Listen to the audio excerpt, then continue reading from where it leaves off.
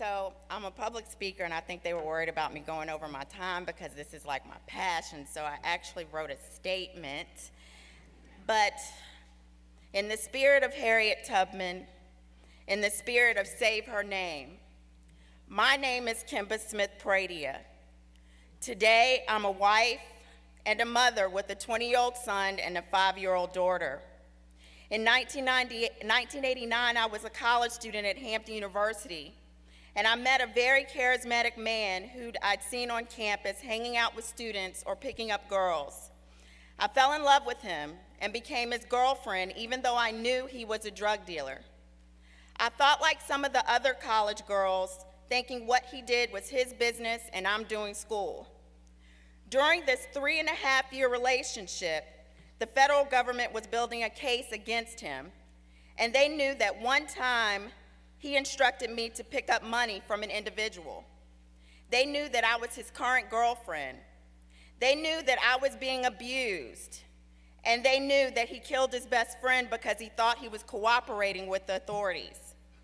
The government stated that I never handled, used, or sold the drugs that were involved with the case, but yet they still indicted me with hopes by having me in custody that they would eventually get to him.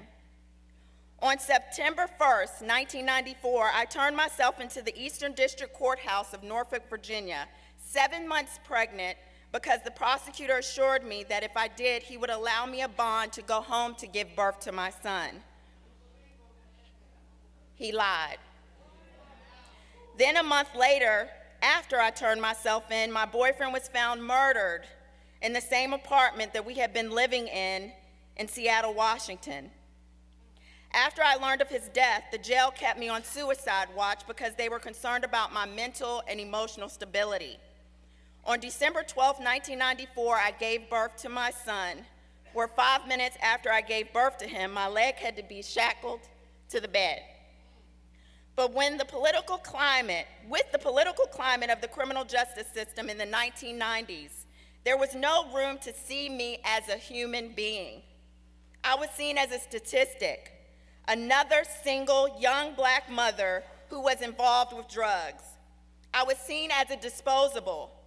I was seen exactly the way scores of other black women like me were seen, like our lives had no value. The judge sentenced me to 24.5 years and 6 months in federal prison. I was never supposed to spend any of my son's childhood with him. I was 23 at the time, and I was supposed to stay in prison longer than I had been living on this earth until I was 45 years old. I thank God for the media, in particular black media, because George Curry, editor of Emerge magazine, was the first to do an extensive article about my case, which led to Elaine Jones and the NAACP Legal Defense Fund taking on my case pro bono. I'm not still in prison today.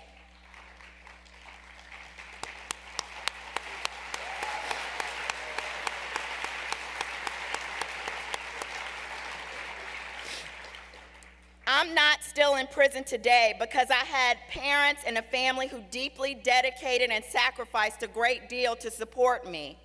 Because of people like Julie from FAM, because of Ethan Nadelman, because of Deborah Small, because of Congressman Bobby Scott and Maxine Waters, because of people like many of you gathered in this room today. Their and your activism made national magazines and television shows take notice, such as the Washington Post, the New York Times, Glamour Magazine, Nightline, BET, The View, just to name a few. And on December 22nd, after serving 6.5 years, I was granted clemency by former President Bill Clinton.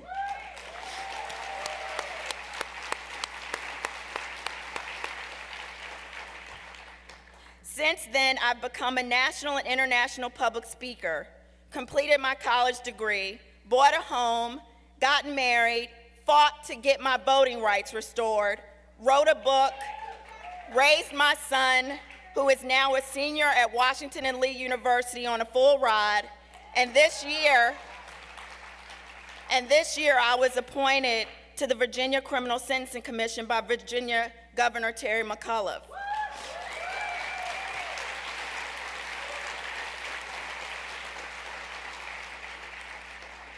Thank you, but understand that's not what I've come to share today. Even through my successes, my heart still aches because I have a sense of survivor's guilt.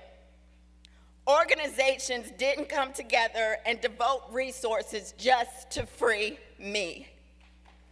It was done in hopes that my case would set a precedent for others, for thousands of women just like me. No group was more incarcerated than Black and brown women in the 1990s.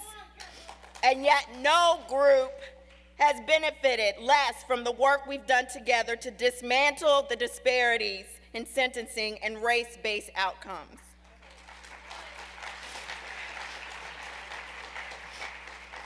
In July this year, I remember getting a message from random people on Facebook about President Obama commuting 46 people's sentences who had nonviolent drug offenses.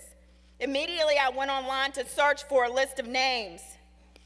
I was disappointed that there were only 5 women on that list. It was painful not to see at least one person I knew to be on that list. I'm here to say that our work is not yet done. I have faith that many more will come home before President Obama goes out of office. My concern is, will these women have the resources necessary to put the pieces of their lives back together and to reunite with their families? For survival, will they have a job? Will they have a home? Will they have a probation officer expecting them to fail?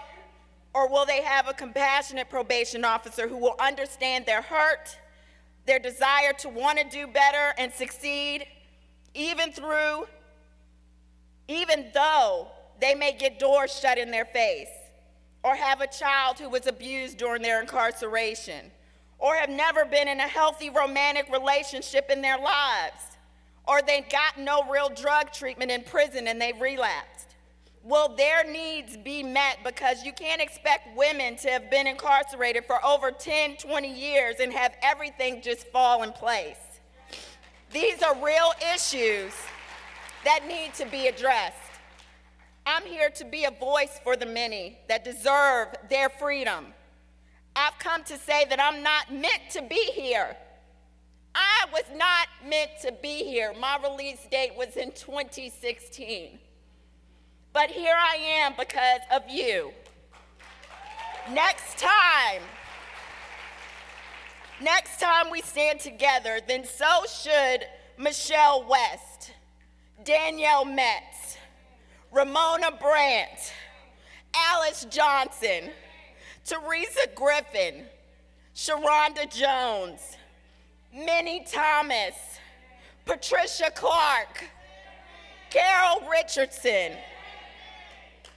And these are just Black women I know, that I just know, who have a life sentence. Most, if not all of them, have been incarcerated for over 20 years, and there are tens and thousands of other women who may not have a life sentence, but they have children and families and histories of abuse, who pose no threat to society, and whose lives matter, and they should be with us too.